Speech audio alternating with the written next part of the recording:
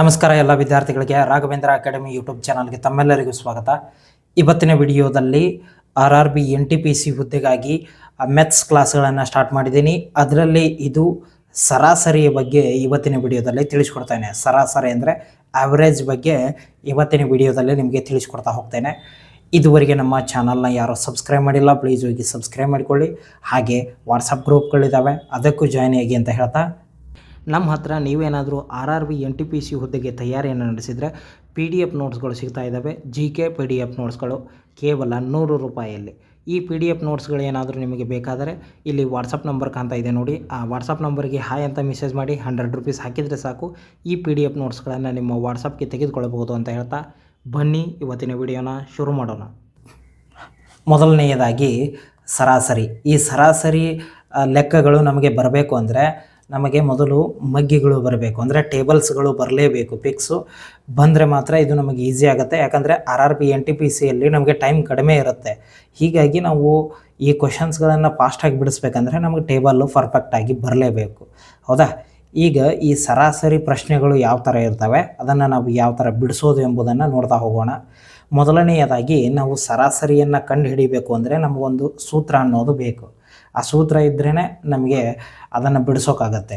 ಇದಕ್ಕೂ ಒಂದು ಸೂತ್ರ ಇದೆ. ಸರಾಸರಿಯನ್ನು ಬಿಡಿಸ್ಬೇಕಂದ್ರೆ ಒಟ್ಟು ಮೊತ್ತ ಮತ್ತು ಒಟ್ಟು ಸಂಖ್ಯೆ, ಇದನ್ನು ನೀವು ಬರೆದಿಟ್ಕೊಳ್ಳಿ, ಹೌದಾ? ಇದೇ ನಿಮಗೆ ಪೂರ್ತಿಯಾಗಿ ಬರುತ್ತೆ. ಒಂದು ವೇಳೆ ನಿಮಗೇನಾದರೂ ಮೊತ್ತವನ್ನು ಕಂಡು ಹಿಡೀರಿ ಅಂತ ಪ್ರಶ್ನೆಯನ್ನು ಕೇಳಿದರೆ ಸರಾಸರಿ ಇಂಟು ಸಂಖ್ಯೆಯನ್ನು ನಾವು ಹಾಕಬೇಕು. ಇದರಲ್ಲಿ ಹಾಕಿದರೆ ನಮಗೆ ಆನ್ಸರ್ ಬರುತ್ತೆ, ಹೌದಾ? ಪ್ರತಿಯೊಂದು ಲೆಕ್ಕದಲ್ಲಿ ಇದು ಇರುತ್ತೆ. ಇದನ್ನು ಯಾವ ಥರ ಅಪ್ಲೈ ಮಾಡೋದು ಎಂಬುದನ್ನು ನಾನು ತಿಳಿಸ್ಕೊಡ್ತಾ ಹೋಗ್ತೇನೆ. ಮೊದಲನೆಯದಾಗಿ ಇದು ಒಂದನೇ ಲೆಕ್ಕ, ಇದು ಬೇಸಿಕ್ ಯಾವ ಥರ ನಾವು ಬಿಡಿಸ್ಬೇಕು ಅನ್ನೋದನ್ನು ತಿಳ್ಕೊಂಡು ಹೋಗಿ. ಈ ಥರನೂ ನಿಮಗೆ ಕೇಳ್ತಾರೆ, ಆದರೆ ಜಾಸ್ತಿ ಈ ಥರ ಕೇಳಲ್ಲ. 5, 6, 7, 8 ಮತ್ತು 9ರ ಸರಾಸರಿ ಎಷ್ಟು ಅಂತ ಪ್ರಶ್ನೆ ಇದೆ, ಹೌದಾ? ಈ 5, 6, 7, 8, 9 ಈ ಥರ ಕೊಟ್ಟಾಗ ನಾವು ಸೂತ್ರದ ಮೂಲಕನೂ ಬಿಡಿಸ್ಬೋದು. ಸೂತ್ರದ ಮೂಲಕ ಏನು? ಒಟ್ಟು ಮೊತ್ತ, ಒಟ್ಟು ಸಂಖ್ಯೆ, ಹೌದಾ? ಒಟ್ಟು ಮೊತ್ತ ಅಂದರೆ ಇಲ್ಲಿರುವ ನಂಬರ್ಸ್ಗಳು ಎಷ್ಟು? 5, 6, 7, 8, 9 ಈ ಎಲ್ಲ ಸಂಖ್ಯೆಗಳ ಮೊತ್ತವನ್ನು, ಇವುಗಳನ್ನೆಲ್ಲವನ್ನು ಕೂಡಿಸಿದಾಗ ಒಂದು ಮೊತ್ತ ಬರುತ್ತೆ. ಅದನ್ನು ನಾವು ಮೇಲ್ಗಡೆ ಹಚ್ಚಬೇಕು. ಒಟ್ಟು ಸಂಖ್ಯೆ ಅಂತ ಇದೆ ನೋಡಿ. ಒಟ್ಟು ಸಂಖ್ಯೆ ಅಂದರೆ ಎಷ್ಟಿದ್ದಾವೆ? 1, 2, 3, 4, 5 ಸಂಖ್ಯೆಗಳು. ಇವುಗಳನ್ನು ಎಲ್ಲವನ್ನು ಪ್ಲಸ್ ಮಾಡೋಣ. ಈಗ 9, 17, 22 ಇದು ಟೋಟಲ್ ಆಗಿ 35 ಆಗುತ್ತೆ. ಹಾಗೆ ಒಟ್ಟು ಸಂಖ್ಯೆಗಳು ಎಷ್ಟು? 5 ಸಂಖ್ಯೆಗಳು. ಹಾಗಾಗಿ ಇದನ್ನು 5 ಅಂತ ಕೆಳಗಡೆ ಹಚ್ಕೊಳ್ಳೋಣ. ಈಗ ಇದನ್ನು ಕಡ್ತಾ ಹೊಡೆದ್ರೆ ನಮಗೆ ಆನ್ಸರ್ ಬರುತ್ತೆ. ಯಾವ ಥರ ಅಂದರೆ 5 ಅಂದರೆ 5 7 35. ಹೀಗಾಗಿ ಇದರ ಸರಿಯಾದ ಉತ್ತರ ಏನು ಅಂದರೆ 7, ಹೌದಾ? ಇದು ಒಂದು ಮೆಥಡ್. ಈ ಥರ ನಿಮಗೇನಾದರೂ ಸೀರಿಯಲ್ ನಂಬರ್ ಏನಾದರೂ ಕೊಟ್ಟಿದ್ರೆ 5, 6, 7, 8, 9, 10 ಈ ಥರ ನಿಮಗೇನಾದರೂ ಸೀರಿಯಲ್ ನಂಬರ್ ಕೊಟ್ಟಿದ್ದರೆ ಅದಕ್ಕೊಂದು ಟ್ರಿಕ್ ಇದೆ. ಏನು ಅಂದರೆ ಈ ಸಂಖ್ಯೆಗಳು 5 ಸಂಖ್ಯೆಗಳಿದಾವಲ್ವ, ಅದರ ಮಧ್ಯದ ಸಂಖ್ಯೆಯನ್ನೇ ನಾವು ಆನ್ಸರ್ ಅಂತ ತಿಳ್ಕೊಬೇಕು. ಅದೇ ಆನ್ಸರ್ ಬರುತ್ತೆ. ನೋಡ್ತಾ ಇದ್ದೀರಾ ಇಲ್ಲಿ ಟೋಟಲ್ ಆಗಿ ಸೂತ್ರದ ಪ್ರಕಾರ ಮಾಡಿದಾಗೂ 7 ಬಂತು. ಹಾಗೆ ನಾನು ಹೇಳಿದ ರೀತಿ ಸೀರಿಯಲ್ ಆಗಿ ಏನಾದರೂ ನಂಬರ್ಗಳು ಸೀರಿಯಲ್ ಆಗಿದ್ದರೆ ಅದರ ಮಧ್ಯದ ಸಂಖ್ಯೆ ಯಾವುದಿರುತ್ತೆ ಅದೇ ಆನ್ಸರ್ ಆಗುತ್ತೆ, ಹೌದಾ? ಇನ್ನೊಂದು ಎಕ್ಸಾಂಪಲ್ ನೋಡೋಣ, ಅವಾಗ ನಿಮಗೆ ಗೊತ್ತಾಗುತ್ತೆ.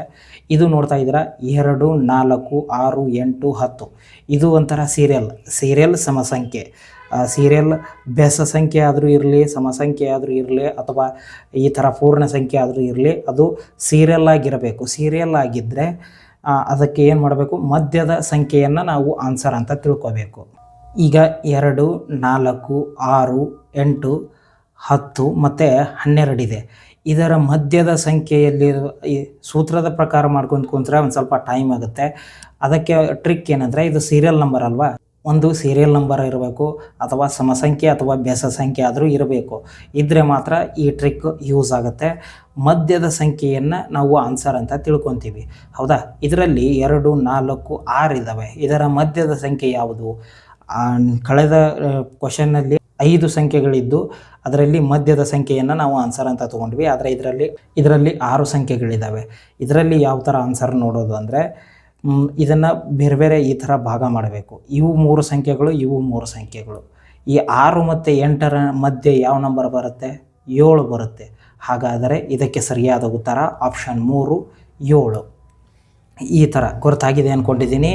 ಮಧ್ಯೆ ಯಾವುದಾದ್ರೂ ಒಂದು ಸಂಖ್ಯೆ, ಆ ಸೈಡ್ 2 ಈ ಸೈಡ್ 2 ಬಿಟ್ಟು ಮಧ್ಯೆ ಯಾವುದಾದ್ರೂ ಒಂದು ಸಂಖ್ಯೆ ಇದ್ದರೆ ಅದೇ ಆನ್ಸರು. ಅಥವಾ ಈ ಥರ 6 ಬಂದಾಗ 2 ಡಿವೈಡ್ ಮಾಡಬೇಕು, ಅದರ ಮಧ್ಯದ ಸಂಖ್ಯೆ ಯಾವುದು ಬರುತ್ತೆ. ಈಗ 6 ಮತ್ತು 8ರ ನಡುವಿನ ಮಧ್ಯದ ಸಂಖ್ಯೆ ಯಾವುದು? 7. ಹಾಗಾಗಿ ಅದಕ್ಕೆ ಸರಿಯಾದ ಉತ್ತರ 7. ಅರ್ಥ ಆಗಿದೆ ಅಂದ್ಕೊಂಡಿದ್ದೀನಿ. ಬೇಕಾದರೆ ಟ್ರೈ ಮಾಡಿ ನೀವು ಬೇರೆ ಸಂಖ್ಯೆಗಳನ್ನು ಹಚ್ಕೊಂಡು. ಈಗ ಮತ್ತೊಂದು ನೋಡೋಣ. ಇದು ಸಮಸಂಖ್ಯೆನೂ ಅಲ್ಲ, ಬೆಸ ಸಂಖ್ಯೆನೂ ಅಲ್ಲ, ಮತ್ತು ಅದೇ ಥರ ಸೀರಿಯಲ್ ನಂಬರ್ನೂ ಅಲ್ಲ. ಆದರೆ ಇದನ್ನು ಯಾವ ಥರ ಬಿಡಿಸೋದು? ಇದನ್ನು ಏನಿಲ್ಲ, ಸೂತ್ರದ ಪ್ರಕಾರನೇ ಬಿಡಿಸ್ಬೇಕು. ಒಟ್ಟು ಸಂಖ್ಯೆಗಳು ಯಾವ್ಯಾವು? ಒಟ್ಟು ಸಂಖ್ಯೆಗಳೆಷ್ಟು? 1 2 3 4 5 6 ಸಂಖ್ಯೆಗಳಿದ್ದಾವೆ. ಹೌದಾ? 6 ಅಂತ ಕೆಳಗಡೆ ಹಚ್ಕೊಳ್ಳೋಣ. ಮೇಲ್ಗಡೆ ಇದರ ಒಟ್ಟು ಮೌಲ್ಯವನ್ನು ನಾವು ಇಲ್ಲಿ ಹಚ್ಕೋಬೇಕು. ಅಂದರೆ ಕೂಡಿಸಿದಾಗ ಬರುವಂತಹ ಮೌಲ್ಯವನ್ನು ನಾವು ಇಲ್ಲಿ ಮೇಲ್ಗಡೆ ಹಚ್ಕೋಬೇಕು. ಎಷ್ಟಾಗುತ್ತೆ? 13 1 17 ಎಷ್ಟಾಗುತ್ತೆ? 20 30 ಆಗುತ್ತೆ. ಹಾಗೆ 24 1 6 30 30 30 60 ಆಯಿತು. 60 1 15 75 75 1 9 75 80 84 ಆಗುತ್ತೆ. ಈ 84ಅನ್ನು ನಾವು ಇಲ್ಲಿ ಮೇಲುಗಡೆ ಹಚ್ಕೊಳ್ಳೋಣ. ಈಗ 6ರಿಂದ ನಾವು ಬಾಗ್ಲೆ ಮಾಡಬೇಕು ಇದನ್ನು. ಹೌದಾ? ನಮಗೆ 6ರಲ್ಲಿ 84 ಇದನ್ನು ಮಾಡೋದು ಬೇಡ. ಜಸ್ಟ್ 6 1 6, ಇಲ್ಲಿ 6 1 6 ಅಂತ ಹಚ್ಕೊಳ್ಳೋಣ. ಎಷ್ಟು ಉಳಿಯುತ್ತೆ? 2 ಉಳಿಯುತ್ತೆ. ಹಾಗಾದರೆ 24 ಆಗುತ್ತೆ. ಇದು 6ರ ಮಧ್ಯೆಯಲ್ಲಿ 24 ಇದೆಯಾ? ಇದೆ. 6 4 24. ಹಾಗಾದರೆ ಇದಕ್ಕೆ ಸರಿಯಾದ ಉತ್ತರ ಎಷ್ಟು? 14. ಹೌದಾ? ಈ ಥರ ಫಸ್ಟು ನಾವು ಇಲ್ಲಿ ಮೇಲ್ಗಡೆ ಎಷ್ಟು ನಂಬರ್ ಕೊಟ್ಟಿದ್ದಾರೆ ಅದನ್ನು ಕೆಳಗಡೆ ಹಚ್ಕೋಬೇಕು. ಇದನ್ನು ಎಲ್ಲವನ್ನು ಕೂಡಿಸಿ ನಾವು ಮೇಲ್ಗಡೆ ಹಚ್ಕೊಂಡು ಇದನ್ನು ಕಟ್ತಾ ಹೊಡೆದ್ರೆ ಸಾಕು, ನಮಗೆ ಆನ್ಸರ್ ಬರುತ್ತೆ. ಇಷ್ಟೊತ್ತನ ಏನಿತ್ತು ನೋಡಿ, ಅದು ಎಲ್ಲ ಬೇಸಿಕ್. ಅದನ್ನು ಯಾವುದೋ ಒಂದು ಶಿಫ್ಟ್ನಲ್ಲಿ ಕೇಳ್ಬೋದು, ಆದರೆ ಎಲ್ಲ ಶಿಫ್ಟ್ನಲ್ಲೂ ಆ ಥರ ಕೇಳಲ್ಲ. ಈ ಥರ ನಿಮಗೆ ಕೇಳ್ತಾರೆ. ಏನು ಇದು ಒಂದು ಸ್ವಲ್ಪ ಲೇಟ್ ಯಾಕಾಯಿತು ಅಂದರೆ, ಇವು ಇಂಗ್ಲೀಷ್ನಲ್ಲಿದ್ದು ಎಲ್ಲ ಕ್ವಶನ್ಸ್ಗಳು. ಇವನ್ನ ಕನ್ನಡ ಮಾಡೋಕೆ ಒಂದು ಸ್ವಲ್ಪ ಲೇಟ್ ಆಯಿತು. ಒಬ್ಬ ವಿದ್ಯಾರ್ಥಿ ಇಂಗ್ಲೀಷು, ಹಿಂದಿ ಹಾಗೂ ಗಣಿತ ವಿಷಯಗಳಲ್ಲಿ ಕ್ರಮವಾಗಿ 47, 69 ಮತ್ತು 52 ಅಂಕಗಳನ್ನು ಪಡೆದರೆ ಒಟ್ಟಾರೆ ಆತನು ಪಡೆದ ಸರಾಸರಿ ಅಂಕ ಎಷ್ಟು ಅಂತ ಪ್ರಶ್ನೆ. ಹೌದಾ? ಒಬ್ಬ ವಿದ್ಯಾರ್ಥಿ ಎಷ್ಟು? 3 ಸಬ್ಜೆಕ್ಟ್ಗಳು, 3 ವಿಷಯಗಳಲ್ಲಿ ಎಷ್ಟು ತೊಗೊಂಡಿದ್ದಾನೆ? 47, 69 ಹಾಗೆ 52. ಈ ಥರ ಇದೆ. ಈಗ ನಾವು ಕೆಳಗಡೆ ಎಷ್ಟು ಹಚ್ಚಬೇಕು? ಟೋಟಲ್ ನಂಬರ್ ಎಷ್ಟು? 3. ಇದನ್ನೇನು ನೋಡೋದು ಬೇಡ ನೀವು, ಜಸ್ಟ್ ನಮಗೆ ನಂಬರು ಮತ್ತು ಇದರ ಟೋಟಲ್ ಸಿಕ್ಕರೆ ಸಾಕು. ಹೌದಾ? 3 ಆಯಿತು. ಇನ್ನು 69 ಇದನ್ನು ಇಲ್ಲೇ ಕೂಡಿಸ್ಕೊಂಡ್ಬಿಡೋಣ. 69, 52, 47 ಇದನ್ನು ಕೂಡಿಸ್ಕೊಳ್ಳೋಣ. 9 1 2 11 18 ಹಾಗೆ 6 4 10 15 16 168. ಈ 168ಅನ್ನು ಇಲ್ಲಿ ಹಚ್ಕೊಳ್ಳೋಣ. ಈಗ 3ರಿಂದ ಇದನ್ನು ಭಾಗಿಸಿದ್ರೆ ಸಾಕು, ನಮಗೆ ಆನ್ಸರ್ ಸಿಗುತ್ತೆ. ಈಗ 3 1 3 5 15 ಆಗುತ್ತೆ. ಹೌದಾ? 3 5 15 ಆಗುತ್ತೆ. ಮೇಲ್ಗಡೆ 5 ಹಚ್ಕೊಳ್ಳೋಣ.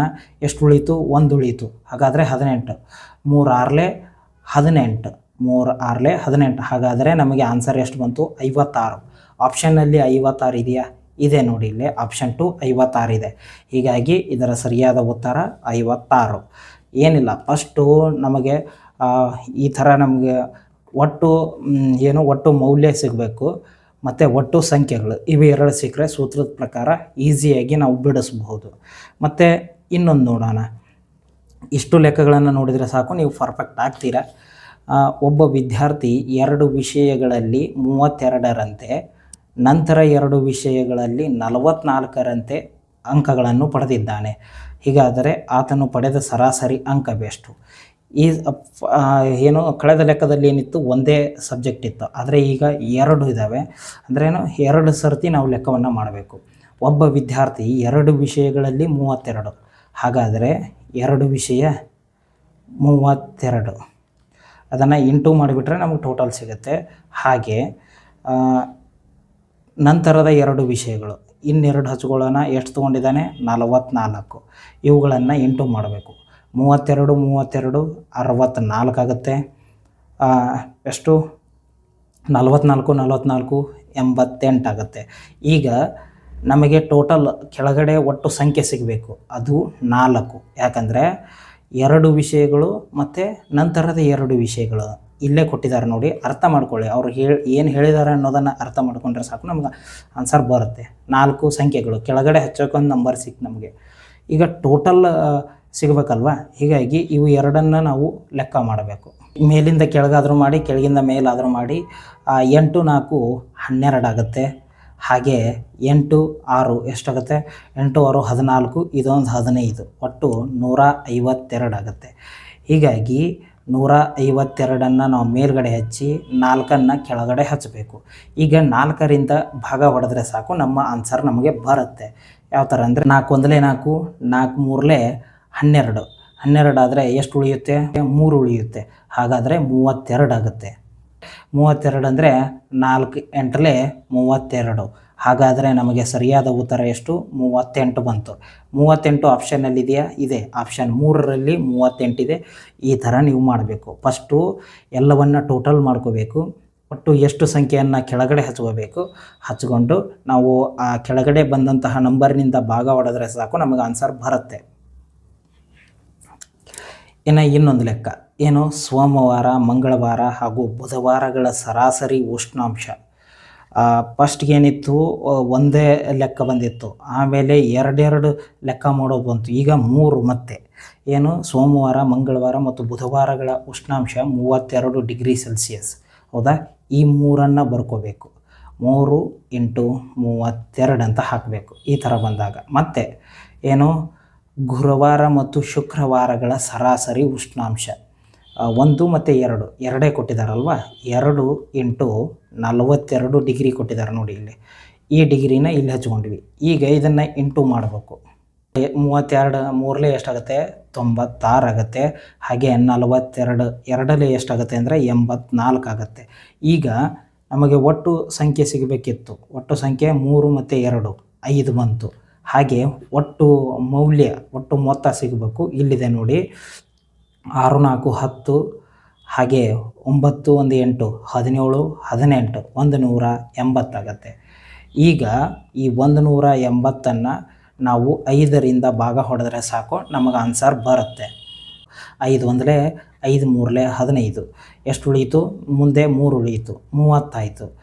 5 6 30, 5 6 30, ಒಟ್ಟು ಎಷ್ಟು ಬಂತು ನಮಗೆ? 36 ಬಂತು. ಈ 36 ಆಪ್ಷನ್ನಲ್ಲಿದೆಯಾ? ಆಪ್ಷನ್ 2ದಲ್ಲಿ 36 ಇದೆ. ಹೀಗಾಗಿ ಸರಿಯಾದ ಉತ್ತರ 36. ಬೇಕಾದರೆ ನೀವು ಬೇರೆ ಬೇರೆ ಲೆಕ್ಕವನ್ನು ಇದೇ ಮೆಥಡ್ನಿಂದ ಮಾಡಿ, ನಿಮಗೆ ಬರುತ್ತೆ. ಏನು? ಸರಾಸರಿ ಕಂಡುಹಿಡಿಬೇಕಂದ್ರೆ ಒಟ್ಟು ಮೊತ್ತ ಬೇಕು, ಹಾಗೆ ಒಟ್ಟು ಸಂಖ್ಯೆ ಬೇಕು.